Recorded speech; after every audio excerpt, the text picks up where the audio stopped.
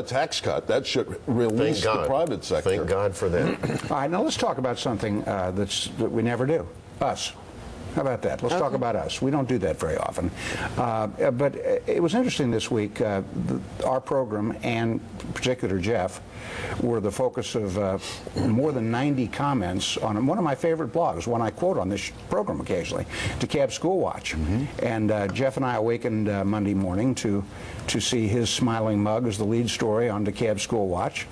And it noted that you failed to disclose that you represent the DeKalb School Board and the Atlanta Public Schools, and you do some crisis communications for them. You've disclosed it often in the past over the years. You just didn't last Sunday. Not over the years, over the months. I haven't been months. Well, that long. Well, you've been with APS longer, not DeKalb. But we always try to make a point of that, and frankly, I consider it an advantage to the broadcast because you reflect their thinking. You know what they're thinking. And actual information, too. You have actual information. Or I would say actual misinformation. Oh, well. But anyway, I think the folks on DeKalb School Watch are pretty thoughtful. They do some great reporting on what's going on in the schools. And I want them to know that we understand what they're saying. Jeff and I talked about it, and it was just an accident, I think.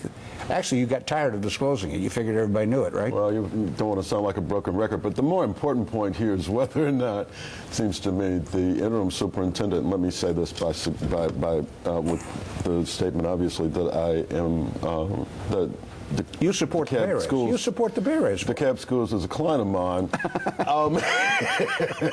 Duly noted. Yeah, here's a person who was asked to do a job for 6 months, is now 10 months into the job, is being asked to stay on until June, and there are people out there saying that she doesn't deserve... Wait a minute, June of 2012. Well, she's staying on in that job as superintendent until June of 2011, until the end of the school year.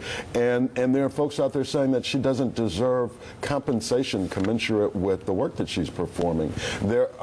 She's performing at a level that several of her reports are also getting paid at. So here's the CEO getting paid at the same level as several people who work underneath her. I don't think that that's fair. Now, Jeff, and there are a lot of folks who say, well, maybe she should have gotten a bonus. Well, a bonus actually would have been in violation of the state gratuities clause. I think she could have gotten a raise. It was just too Jeff, big. it's the pension consideration. And there is a pension consideration. That's got people angry. That's exactly right. And plus, let me just say, I enjoy debating with you, no matter if that was a client or not. I don't care if it's that it is a pension consideration is worthwhile, but she didn't create that situation. She hasn't created the situation under which teachers, not just in DeKalb, but statewide, receive pensions.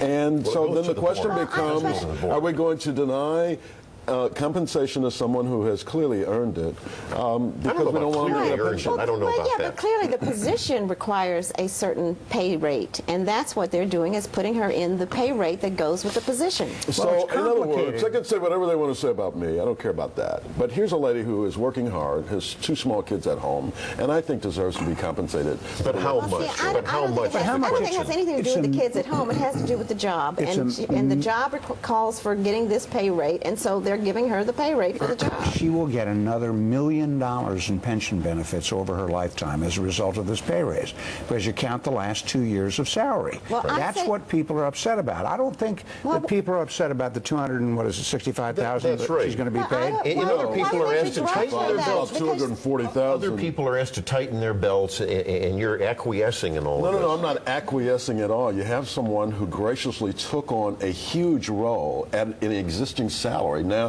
would you do that? Would you step in as moderator of the Georgia gang and say, "Oh no, I'll still do it"? If I was interim, I would do it. The $50,000 a week that you're currently receiving. Well, it's also not taxpayer money.